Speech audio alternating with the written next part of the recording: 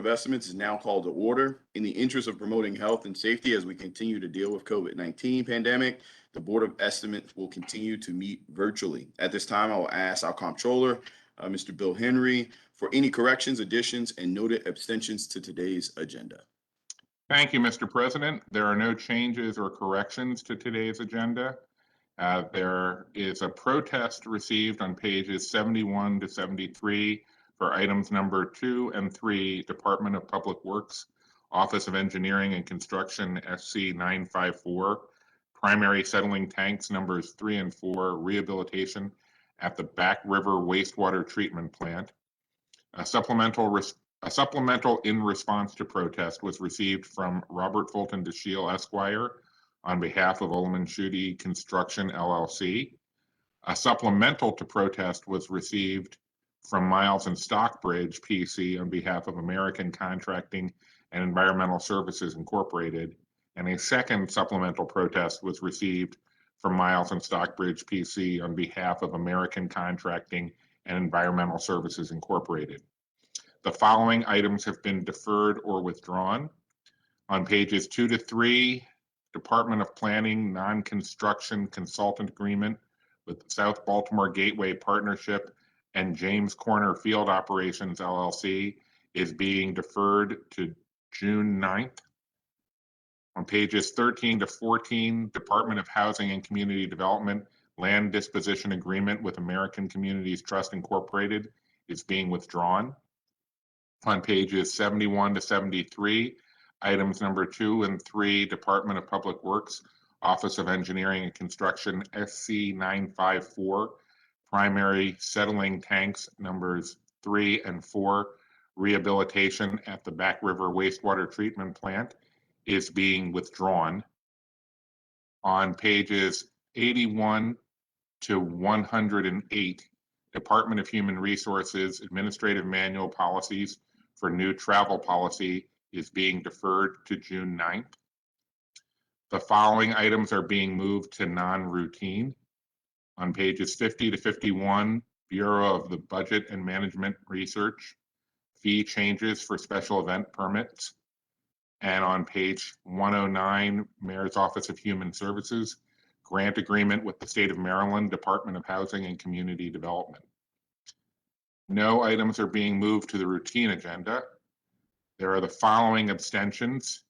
The Honorable President Nick Mosby is abstaining on page 15, Office of the State's Attorney Service Agreement with Washington, Baltimore, HIDTA, Mercyhurst University. The City Solicitor, James Shea, is abstaining on pages 57 to 58. The Bureau of the Budget and Management Research, FY 2022 Budget and Property Tax Surcharge Rate, Waterfront Management District. I am abstaining on page 36. Item number 26, Personnel, Enoch Pratt Library, and there are no other abstentions. I have a notice of a special meeting. The Board of Estimates will convene for a special meeting on Tuesday, June 8th, 2021 at 4 p.m. via WebEx.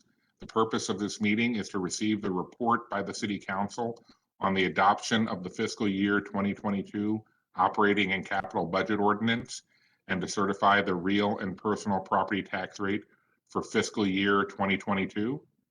Members of the public can call into the meeting and listen live by dialing 1-408-418-9388, access code 173-430-1656, and/or stream it live using the following link, https://www.charmtvbaltimore.com/live-stream.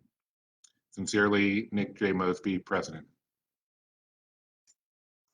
And there are no rejection of recommended awards or additional votes, Mr. President. Thank you, Mr. Comptroller. As we constantly talk as partners in progress between the Comptroller's office as well as the Mayor's office, this administration has really pushed for folks to have more transparency as well as accountability and accessibility to the Board of Estimates meetings. I think that with that, we've seen a lot of scrutiny of the items that have come on this agenda. We've literally turned a 15 or 20-minute meeting into sometimes a 2-hour long meeting of us really digging into the details. Many folks, again, have not necessarily been aware or participating in the process like they are now. And I think that's a testament to the work that we've continued to do to push out the importance of this body, as well as the work on this body. One action that this body has is the ability of deferring items. So when something winds up on the routine agenda, any member of this board can ask for that particular item to be deferred. Unfortunately, when the administration makes decisions and does not necessarily have enough time to brief either the comptroller or myself on those decisions, when we get the agenda, we have to defer so we can get additional information. That took place with the AM policy for new travel. Basically, there was a decision. It popped up on the agenda. We asked for it to be deferred so we could have a briefing with human resources. That briefing took place. And from that came additional questions and concerns for the administration to try to work with it. As it relates to the decision, as well as the policy committee that met to develop the recommendations, again, my office nor the comptroller's office was participating in that, nor was briefed prior. So just like the dozens upon dozens of items that have been deferred in this particular term, this one fell into that. Right now, we have questions out to city solicitor to answer those questions, and I believe the comptroller also has some additional questions or concerns. So I went over that so folks in the general public will kind of understand and know the flow of how things come on the routine agenda, as well as why things are deferred off of the routine agenda for more time and discussion, so we can make the best decisions possible for the citizens of Baltimore. With that, now I direct the board's attention to the memorandum from my office dated June 1st, 2021, identifying matters to be considered as routine agenda items, together with any corrections and additions that have been noted by the comptroller. I will entertain a motion to approve all the items contained on the routine agenda. So moved. Second. It's been moved and properly seconded. All those in favor of approving the items on the routine agenda, please say aye. Aye. All those opposed, please say nay. The ayes have it. The routine agenda is now adopted. Now we're going to jump into the non-routine agenda items unless Mr. Comptroller stops me and tells me that we shouldn't be dealing with one of these items. The first item on the non-routine agenda today can be found on pages 50 through 51, Bureau of Budget and Management Research, fee changes to special event permits. This item relates to rates charged for police personnel contracted to work special events. We have Mr. Eric Melancon from the Baltimore City Police Department here to speak on this item. Mr. Melancon, the floor is yours. Thank you, Council President. Can everyone hear me? Yes, sir. We can hear you. Thanks so much. So part of this is in response to the city auditor's report in reviewing our secondary employment policy as relates to special events and indeed all secondary employment, which is billed out at a different rate than the actual overtime costs that are incurred by the city, by the department for the overtime or time and a half rate for members that serve in these secondary employment capacities. This is an attempt to provide a more aligned cost recovery schedule for officers, sergeants, lieutenants that are billed out by the city to vendors through our secondary employment program. Officers, these are essentially that off-duty kind of work in which they provide security services for a number of city events or events in the city, excuse me, but they all represent non-city functions. So that's as a secondary work, we want to ensure that we're getting proper cost recovery and being responsive to the city auditor's recent audit of this. And again, we're happy to answer any questions about this. It's our understanding that these rates have not been adjusted in quite some time, and just keeping up with the cost of the hourly rates has been something that this particular rate schedule has been lagging behind for quite some time. And so we're happy to answer any questions that the committee may have. Thank you, Mr. Melanchon. At this point, the floor is yours, Mr. Comptroller. Thank you, Mr. President. Good morning, Mr. Melanchon. How are you? Good morning, sir. I looking for a little bit of a clarification. You said that the rate of pay that officers receive in response or in return for the secondary employment when they're working special events, it is or is not the same as overtime pay? It is the same, yes. Pursuant to the labor agreement with the FOP, all secondary employment that's offered through the department, through these special events, must be compensated at the same overtime rates as what they would do if they were to fill, say, an extra shift on the job at the department. And so for us, it's a contractual requirement. So, but it's still considered secondary employment. Yes, sir, it is. It is done in a separate process, which we administer that to ensure fairness and equity in the distribution of those assignments. But overall, historically, the department has carried these kinds of opportunities for officers to be able to earn additional income outside of what is essentially departmentally required or departmentally motivated missions and objectives for its overtime. So this is not on the city's, it's not on the department's budget, it's on a different budget. So I'm just looking at if you're a police officer and you sign up through the department's program to work at a CVS because CVS is contracted with the city to get off-duty officers. You're going to be paid through this program and you're going to be paid an overtime rate. But if independent of this program, an officer just chooses to go work in their off hours for a given business, they're going to make whatever the business chooses to pay them, and it won't count as overtime. So that's the difference between what we offer as secondary employment or what you're calling outside employment. Outside employment is something entirely different. We also manage a process for ensuring that anyone who does carry outside employment is following our policies on that as well, to ensure they're not participating in activities that would be against what our policies state on that policy. And I can forward that policy to you for your. I would appreciate that. I'm trying to get at whether there is some advantage to the city to making sure that officers are getting overtime rates when they're working for doing non-city functions.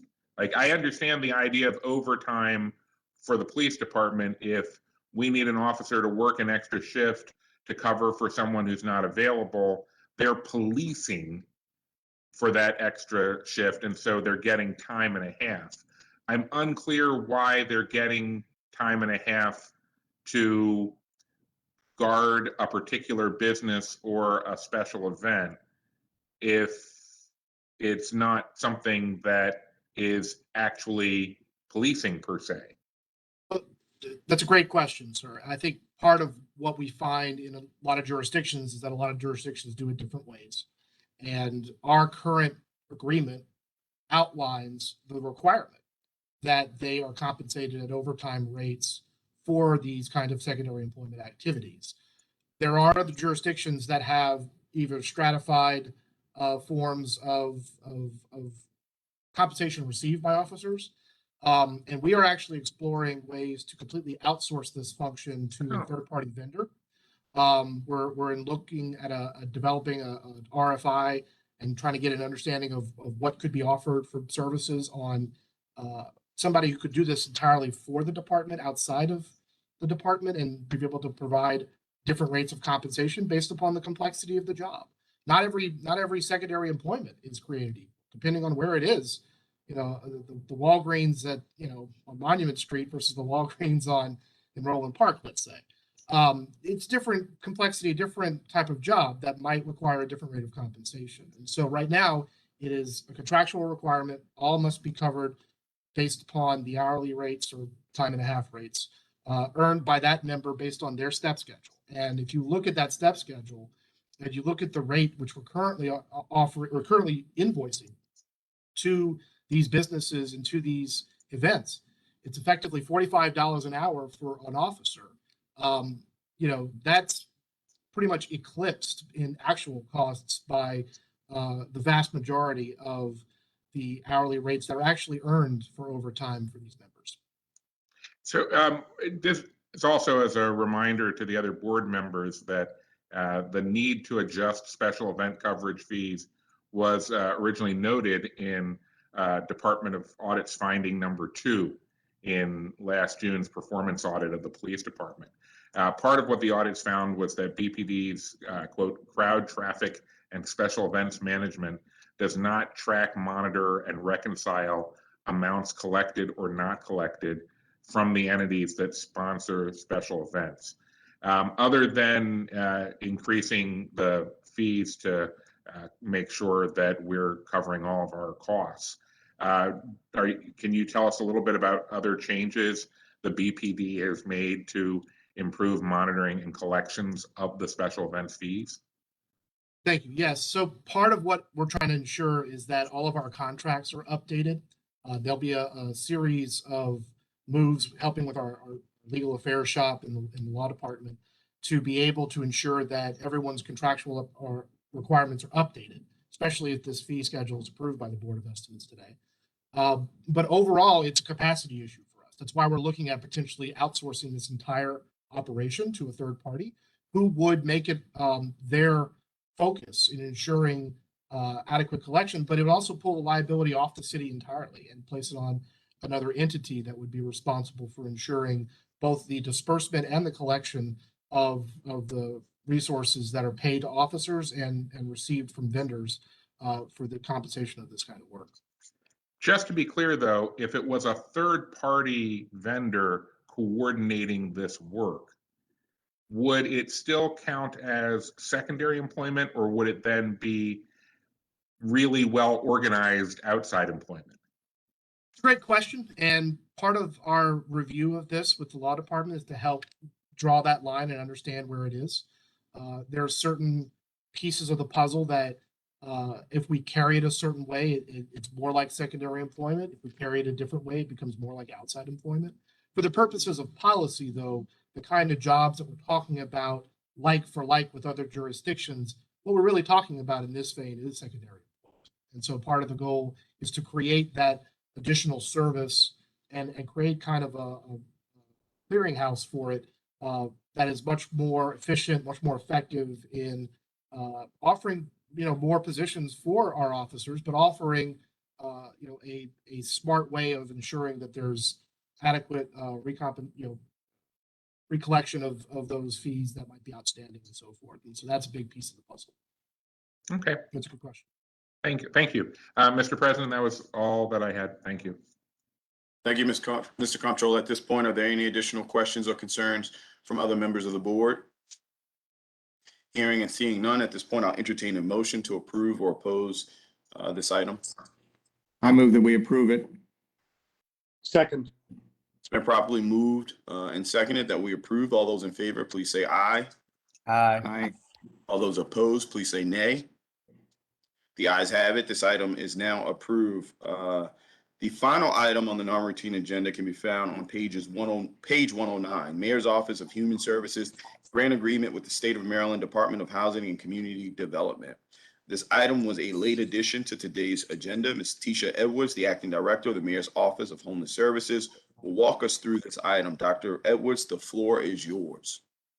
Good morning, Council President Mosby, Comptroller Henry, and Mayor Scott. I want to first thank you for allowing the Mayor's Office of Homeless Services, not Human Services for the record, the Mayor's Office of Homeless Services to add this item to the non-routine agenda. The reason we are asking for the Board of Estimates approval at this time is because this is a grant agreement with an escalated approval period. These are funds that have come from the federal government to the state to support our COVID-19 response.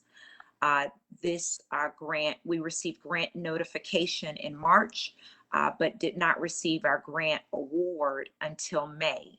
And at that time, the state notified us that we did need to have full BOE approval by the end of this week, which is why we need to go on and seek your approval of this grant. It is for $2.5 million in state grant funding. These are essential funds because it will help to fund our shelter program for fiscal year 2022. And it will also fund behavioral health resources that are much needed to support our homeless neighbors, and a shelter diversion program, which will be new to our city with the hopes of keeping people from moving into shelters and diverting them from homelessness. So we do consider this to be essential to our programming for fiscal year 2022 and necessary to address our larger COVID response strategy for the Mayor's Office of Homeless Services. Thank you, Director Edwards. I guess real quick, so the money will go towards folks, citizens who are currently experiencing chronic homelessness, but also folks who, if it weren't for these funds, would potentially be homeless as well. Is that what I heard you say? Yes, sir. Yes, sir. So that the shelter diversion program, Director Edwards, could you explain a little bit more to us about that? Absolutely. So this would be a new initiative of the City Council President Mosby, where we have many families who just need a jump start. For example, they have a job, they don't have a deposit, they need assistance with the first month's rent. They have someone that's willing to rent to them, but they need a jump start. They don't have the resources to move into housing, many times housing that they have identified. And a lot of times people come into our shelter or become homeless because they need to save to get into the home. And so we would like to use these dollars with a partnership with the Mayor's Office of Children and Family Success to have resources to divert folks from homelessness, to provide them some type of initial resource, again, in what would look like a deposit or first month's rent so that we would keep them from coming into our homelessness system and divert them from shelters. Yeah, we know as the residual effects of COVID-19, the issues of housing security will be significant in our city. And that is definitely an important aspect to go after. Out of the $2.6 million, Director Edwards, how much will be geared towards the shelter diversion program? So about $200,000 would be. Only about $200,000. Well, we do have other resources, Council President, that we would be able to leverage outside of this grant. Again, this would be a new partnership between our two agencies.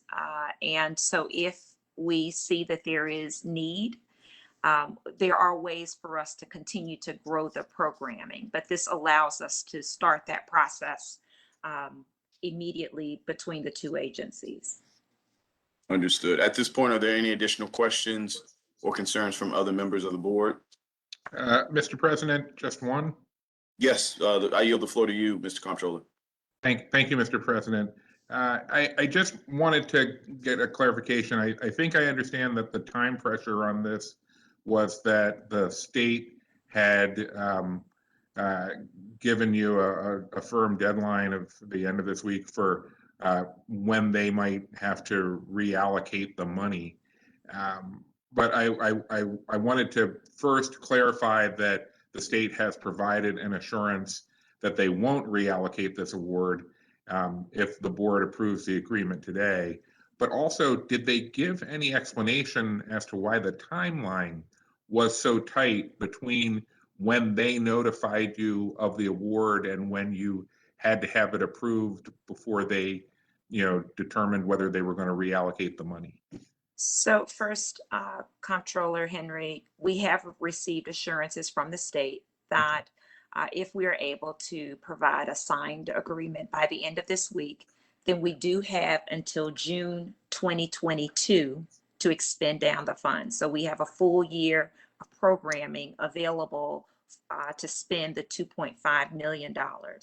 In terms of the quick turnaround, this is just one of those situations where we are grateful that there's been an influx of resources coming from the federal government into the state and down into our local jurisdictions. And we all have kind of draw timelines that we have to work against. And so the state wanted to make sure we were going to accept the grant because they need time to redirect those dollars if Baltimore City were not going to participate in the program. And as you know, we are eager to participate in the program. The need is there, but we are a part of a larger system within the state of Maryland and making sure that localities have the funds, have a plan for the funds, and are committed to using the funds. And so that is what I think created the kind of expedited timeline, sir. Okay, thank you. At this point, are there any additional questions or concerns for Director Edwards? Hearing and seeing none, I will entertain a motion from this board to approve or oppose this item. I move we approve it. Second. Since it's been moved and properly seconded, all those in favor of approving this item, please say aye. Aye. All those opposed, please say nay. The ayes have it. This item is now approved. As there's no new business, I'm sorry, Comptroller Henry. Mr. President, just very quickly, I wanted to call the board's attention to page 22. It's on the routine agenda, Department of Real Estate second renewal to interdepartmental lease agreement between DGS and BSIT. I just wanted to take a quick moment and give a shout out to both DGS and BSIT, as well as our own Department of Real Estate. In the first 6 months of our time on this board, this is the first interagency lease that we have brought to the board for approval that was not late and retroactive. The DGS and BSIT were able to get everything together and worked out, and with the facilitation of the Department of Real Estate, this lease is actually being approved a full month in advance of when it goes into effect. And I just wanted to call everybody's attention to the fact that we can do this. And so thank you for giving me that moment, Mr. President. No, thank you for providing that information. At this point, are there any additional items that any board members would like to add at this point? Hearing and seeing none, as there's no new business before the board at our desk, we will recess until bid opening at 12 noon. I heard that it's going to be an adventure at 12 o'clock, but the Board of Estimates will reconvene for a special meeting on Tuesday, June the 8th at 4 p.m. to review the budget and certify the tax rates. Our next regular meeting will be June the 9th at 9 a.m. I would like to thank everybody for tuning in. Baltimore, please continue to stay safe. Listen to all the health protocols as we continue to battle and fight COVID-19. Baltimore, we love you. Thank you, Mr. President. Thank you.